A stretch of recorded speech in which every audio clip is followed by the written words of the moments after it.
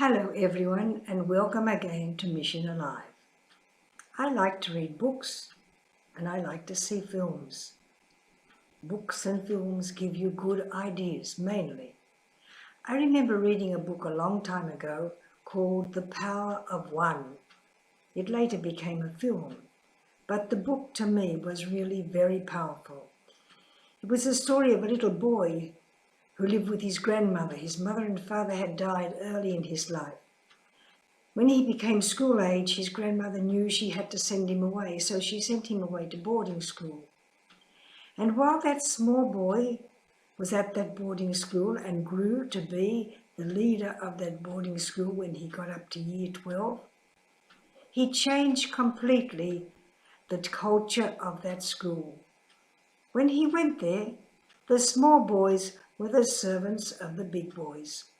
They cleaned the big boys' shoes, they washed the big boys' clothes, and they stood aside while the big boys came in and had their food first. The little boy said, "No, my grandmother didn't send me to clean shoes. My grandmother didn't send me to school to wash other people's clothes. My grandmother didn't send me to school and pay my fees to let me go hungry. We have to stop doing these things that the big boys make us do." So first of all, he refused to clean the shoes. And soon all the small boys, no matter what the big boys did to them, they refused to clean the shoes. The book was called The Power of One because it showed how just one small boy could change the lives of so many people. The little boy was called Pee-wee. That wasn't his name, of course, but everybody called him Pee-wee. One day when he was out shopping, he met a man who he got talking to, and the man said to him, "Well, my little fellow, what's your name?"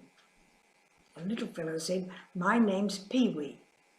"Oh," the man said, "no, a little boy like you must have another name, a better name than Pee-wee." So the little boy thought, and he remembered what his grandmother called him. And he gave the man his real name. So the man said to him, "That's who you are. You're not Pee-wee.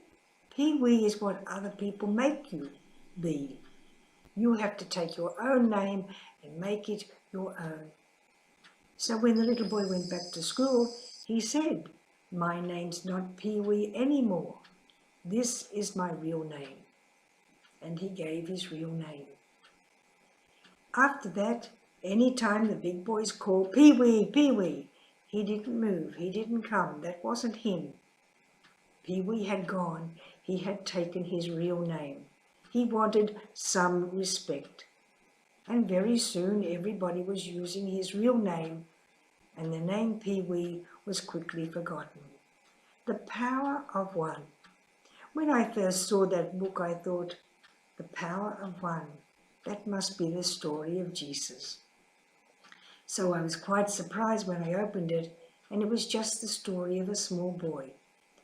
But when you look at the life of Jesus, that's what you can see, the power of one. The power of one Jesus had with regard to women. In the time of Jesus, women had no rights, no place.